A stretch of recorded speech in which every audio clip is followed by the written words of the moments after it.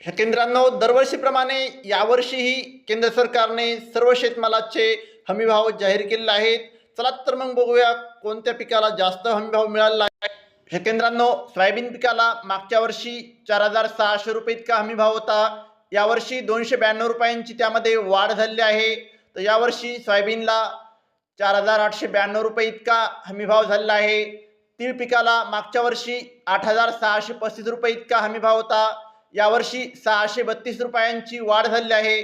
तर शेतकऱ्यांनो, यावर्षी तीळ पिकाला 9,267 इतका हमीभाव झालेला आहे. शेतकऱ्यांनो, पुढचा हमीभाव आहे कापूस. शेतकऱ्यांनो, मध्यम धाग्याच्या कापसाला मागच्या वर्षी 6,620 रुपये हा हमीभाव होता. यावर्षी 501 रुपयांची त्यामध्ये वाढ झाली आहे. मध्यम धाग्याच्या कापसाला यावर्षी 7,121 रुपये इतका हमीभाव झालेला आहे. शेतकऱ्यांनो, लांब धाग्याच्या कापसाला मागच्या वर्षी 7,020 रुपये इतका हमीभाव होता.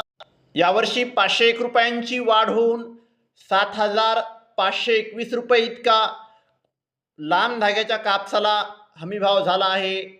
शेतकऱ्यांनो, पुढचा हमीभाव बघूया.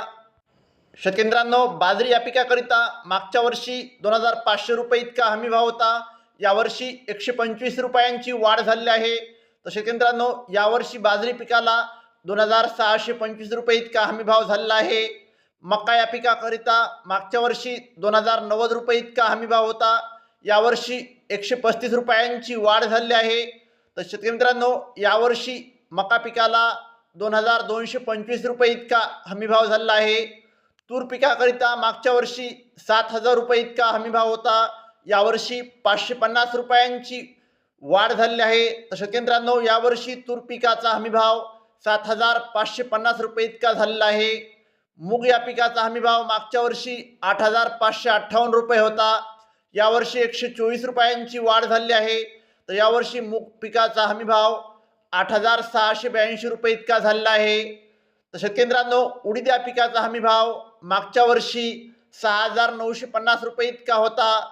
यावर्षी 450 रुपयांची त्यामध्ये वाढ झालेली आहे. तर शेतकऱ्यांनो, यावर्षी उडीद पिकाचा हमीभाव 7,400 रुपये इतका झालेला आहे. नमस्कार मित्रांनो, अशाच नवनवीन व्हिडिओंसाठी आमचं चॅनल सबस्क्राईब करा, लाईक करा आणि इतर सर्वांशी शेअर करा.